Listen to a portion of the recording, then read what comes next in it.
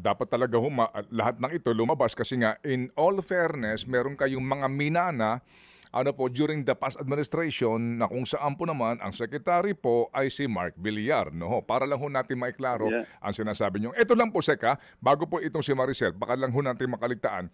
Yung pong halimbawa kasi ng tinutukoy po ni presidente, 'di ba, yung distinct, yung pare-pareho po yung halaga ng ano no ng project kasi kung ang pag-uusapan natin first district, Kalumpit, Hagonoy, Paumbong, Pulilan, Bulacan, and Yeah. the city of Malolos, sa District 3 halimbawa, itong San Miguel River, inaaral namin ang budget, ang dami ring distinct dito Sek, pare-parehong 100 milyon Yeah po. sa isang river lang. So ito nga po Yeah po. sinasabi na baka po sa ngayon, tama ba na hindi pa tayo makapagsasabi na totally, opo, District 1 lang ho ang may problema dito kasi nga ongoing pa ang inyong validation.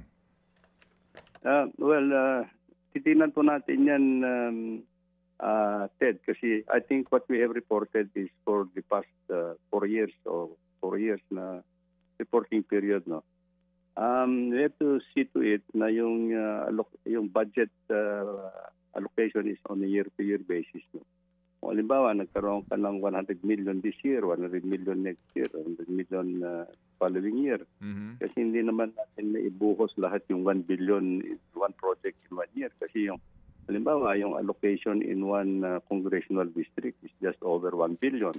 So he has to prioritize actually all these projects na ilalagay niya kung magkano lang yung ilalagay sa isang taon, yung mga ganon. So we have to look into that.